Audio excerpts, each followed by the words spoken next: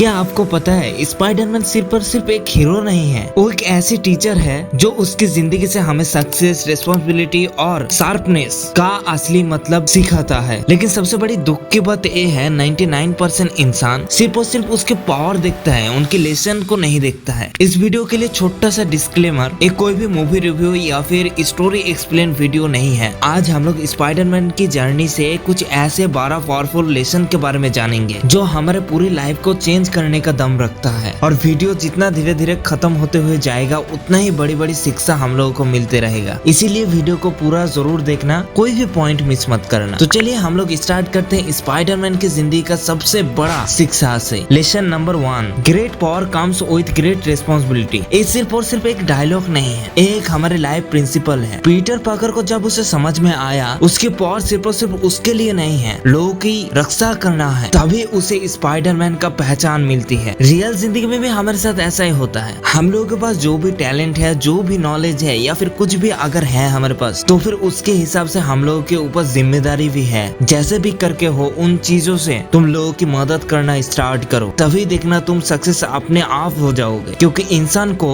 बड़ा उसका पावर नहीं बनाता है, वो उस पावर को कैसे यूज करता है यही डिसाइड करता है। लेकिन जिम्मेदारी निभाते हुए स्पाइडरमैन ने एक बहुत ही अच्छी चीज बहुत ही जल्दी सीखा था। अगर बड़ा कुछ करना है तो फिर सिर्फ जिम्मेदारी से कुछ भी नहीं होगा, दर्द भी सहना पड़ेगा। Lesson number 2, pain marks you stronger. अगर स्पाइडरमैन की जिंदगी को एक वर्ड में एक्सप्लेन किया जाए तो वो होगा पेन। अपने प्यार को खोना, हर वक्त गलत समझना और हर वक्त अकेले रह जाना। वो हर वक्त टूट जाता है, लेकिन जितना उसे दुख पहुंचता है वो उतना ही ज्यादा पावरफुल होते हुए जाता है। हम लोगों की जिंदगी में कुछ ऐसा ही होता है, हमारा मुश्किल वक्त हमें खत्म करने के लिए नहीं आता है, आपको चेंज करने के लिए आता है। बहुत सारे इंसानों का ग्रोथ स्टार्ट होता है मुश्किल वक्त को पार करने की वजह से ही। लेकिन सिर्फ दर्द सहने से कुछ भी नहीं होगा, काफी वक्त बड़ा कुछ पाने के लिए बहुत सारी चीज खोना भी पड़ता है। हो सकता है वो चीज हमारे लिए सबसे ज्यादा इम्पोर्टेंट है। Lesson number 3, sharp is the price of greatness. Spiderman bar bar personal happiness से ज्यादा लोगों की सुरक्षा के बारे में पहले सोचता है। बहुत सारा सपना, बहुत सारा रिश्ता,